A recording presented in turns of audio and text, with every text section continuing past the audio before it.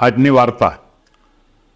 ધાવણ આપનાર માતાનું મૂલ્ય જન્મદાતા કરતાં જરાય ઓછું નથી. મિત્રો, મારે તમને કહેવું છે કે ક્યારેક ક્યારેક એવું બને છે કે જન્મદાતા માતા એનું અવસાન થઈ જાય છે અને ત્યાર પછી એ બાળકને ધાવણ આપવા માટે બીજી અન્ય સ્ત્રીને પસંદ કરવાની ભૂમિકા આવતી હોય છે. આવું ઘણી જગ્યાએ છે. અને જેને આપણે ભાષાની દ્રષ્ટિએ ધાવ માતા કહી છીએ, પહેલાંને જન્મદાતા કહી છે. આ ધાવદાતા છે. ધાવદાતા એટલે ધાવણ આપ્યું. અને આ વાતને સમજાવવા માટે મારે એક મહત્વની વાત કરવી છે, વાર્તા કહેવી છે. અને આ વાત એક કલકત્તાના ગુરુદાસ બંદોપાધ્યાયના અનુસંધાનમાં મારે વાત કરવી છે. ગુરુદાસ બંદોપાધ્યાય બહુ સારા ઉત્તમ પ્રકારના ન્યાયાધીશ હતા, બહુ ઊંચા લેવલના. અને એનો જે ન્યાય આપવાની ભૂમિકા છે એ સમગ્ર એરિયાની અંદર એક એવા પ્રકારની વાત હતી કે એનો ન્યાય કોઈ દિવસ ખોટો ન હોઈ શકે. ટૂંકામાં આપણે એમ કહી શકાય કે જે સર્વોચ્ચ બધાને માન્ય હોય એવા ન્યાયાધીશ હતા. કોઈ એક વખત કોર્ટની અંદર કેસ ચાલતો હતો અને બરોબર એક વૃદ્ધ કોઈ સ્ત્રી એક કોર્ટના રૂમમાં આવે છે અને ત્યાં આવતાની સાથે બોલે છે કે મારે ગુરુદાસને મળવું છે. ગુરુદાસ એટલે આ મોટો ન્યાયાધીશ. બધાને એમ થયું કે આ રગર વગર, જેના કપડાં પણ બરોબર નથી, એવી સ્ત્રી આ જે જજ છે ગુરુદાસ, એને મળવાનું કહે છે અને એ ચાલુ કામમાં. ત્યારે ગુરુદાસ છે એના મનમાં પણ એ તરત જ જોવે છે અને જોવે છે એટલે તરત જ પોતાની સીટ ઉપરથી ઊભા થાય છે. ઊભા થઈ અને એ જે હતા, જે સ્ત્રી, વૃદ્ધ સ્ત્રી, એને પગમાં પડી જાય છે અને એને એકદમ બપ ભરી લે છે. ત્યારે બધાના મનમાં પ્રશ્ન થાય છે કે આ આવડા મોટા ન્યાયાધીશ ગુરુદાસ એ આ અભણ સ્ત્રીને પગમાં પડી જાય છે. ત્યારે બધાને આ જે ન્યાયાધીશ હતા એ એમ કહે છે કે તમે બધા કોર્ટની અંદર અત્યારે બધા છો, આપણો કેસ પણ ચાલે છે, પણ હું પગે શું કામ લાગ્યો એની વાત હું તમને પહેલાં કરીને પછી હું કેસ ચલાવીશ. એણે એમ કીધું કે આ મારી ધાવ માતા છે. ધાવ માતા એટલે મને એણે ધાવણ આપી અને મને મોટો કર્યો છે.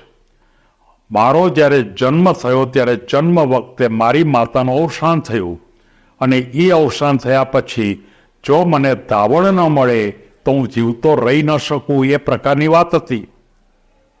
તાત્કાલિક એવી કોઈ વ્યવસ્થા પણ નહોતી. એટલે બરોબર આ જે સ્ત્રી છે એ સ્ત્રી બાજુમાં જ રહેતી હતી અને એને પણ સંતાન ડિલિવરી થઈ હતી. એટલે મને એ પોતાના સંતાનની સાથે એ ધાવણ આપતી અને મને 8-10 મહિના સુધી એના ધાવણને કારણે જ હું મોટો થયો અને એ કારણસર જ હું જીવી ગયો.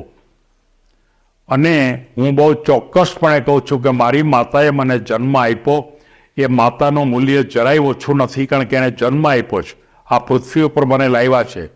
પણ મારી જે ધાવ માતા છે, જે કે જેના કપડાં પણ બરોબર નથી, જેના માથામાં વાળ પણ વ્યવસ્થિત નથી, પણ છતાંય મારા માટે તો જે મારી જે જન્મદાતા હતી એના કરતાં પણ આ મારી ધાવ માતાનું મૂલ્ય સૌથી વધારે છે. અને હું એને ગોતતો હતો, હું એને શોધતો હતો, પણ મને મળતા નહોતા. અને આજે એ પોતે મને ગોતતા રૂમમાં આવ્યા અને રૂમમાં આવતાની સાથે એ રહી ન શક્યા કે અત્યારે કોર્ટમાં ચાલે છે કેસ અને આ વખતે રૂમમાં આપણે આવી વાત ન કરાય. પણ એના મનમાં તો લાગણીનો જોશ પૂર આવ્યું હતું અને પૂર આવીને એમ કીધું મારે ગુરુદાસને મળવું છે. મારો ગુરુ ક્યાં? મારો ગુરુદાસ ક્યાં? અને આ ગુરુદાસ છે એના પગમાં પડી અને પોતાની મહત્તા પણ બતાવી અને જીવનમાં ખ્યાલ આપ્યો.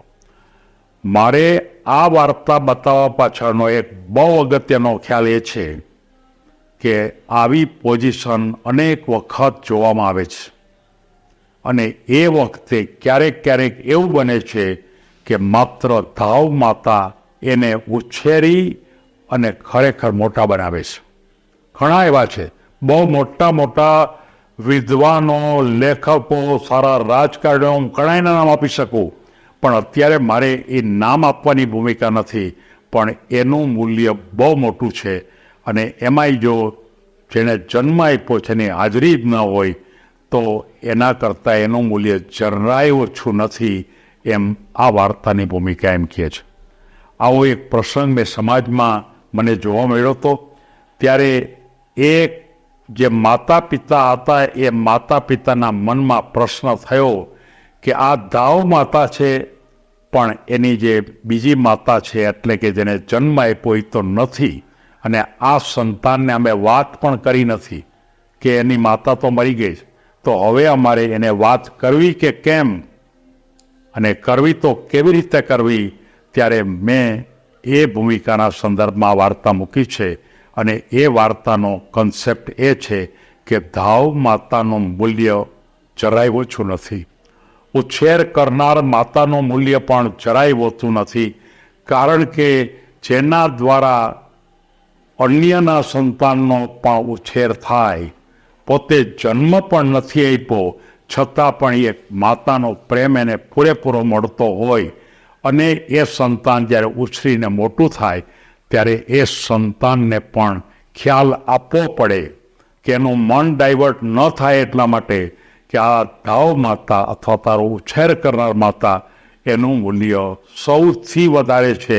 આ વાત એના મનમાં સમજાવવા માટેનો પ્રયત્ન કોઈ પણ માણસે કરવો જોઈએ અને મારે એવા પ્રસંગો બન્યા છે અને હું સમજાવી પણ શીખો છું. સૌને ધન્યવાદ.